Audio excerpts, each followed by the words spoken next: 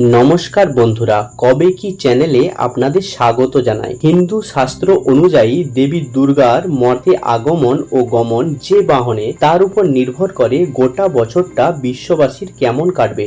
বাঙালির সবচেয়ে বড় পার্বণ এই দুর্গা পূজা। বছরে নতুন ক্যালেন্ডার বা পঞ্জিকা হাতে পেলেই বাঙালিরা যে দিনগুলিতে সবার আগে চোখ যায় তার মধ্যে দুর্গা পূজা একটি। গোটা বিশ্বের বাঙালি জাঁকজমকপূর্ণ এই উৎসব উদযাপন করেন। হিন্দু শাস্ত্র অনুযায়ী দেবী দুর্গার মর্তে আগমন ও গমন যে বাহনে তার উপর নির্ভর করে গোটা বছরটা বিশ্ববাসীর কেমন কাটবে। শুরু হয়ে গিয়েছে দুর্গাপূজার কাউন্টডাউন। আর মাত্র 1.5 মাস পরে উমা আসবে বাড়িতে। শাস্ত্র মতে বলা হয় সপ্তমীতে দেবী দুর্গার আগমন এবং দশমীতে গমন হয়। সাধারণত প্রতি বছর সপ্তমী ও দশমী কি বার পড়ছে তার উপর নির্ভর করে দেবীর কিসে আগমন এবং গমন সেটা বোঝা যায়। এবছর মা দুর্গার আগমন শুভ না অশুভ ইঙ্গিত। 2024 সালে দেবী দুর্গার আগমন গমন। এই বছর দেবী দুর্গার আগমন দোলায়, যার ফল মড়ক, এবং গমন ঘটকে,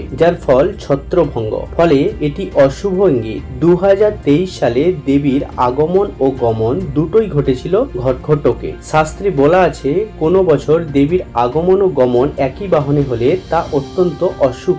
এখন আমরা জেনে নেব কোন বাহন কিসের প্রতীক। দোলা অর্থাৎ পালকি হলো মহামারী বা মড়কের প্রতীক। নৌকা বন্যার প্রতীক। আবার অনেকে মনে করেন নৌকায় দেবী দুর্গার আগমন হলে চারিদিক ভালো ফসল হয়।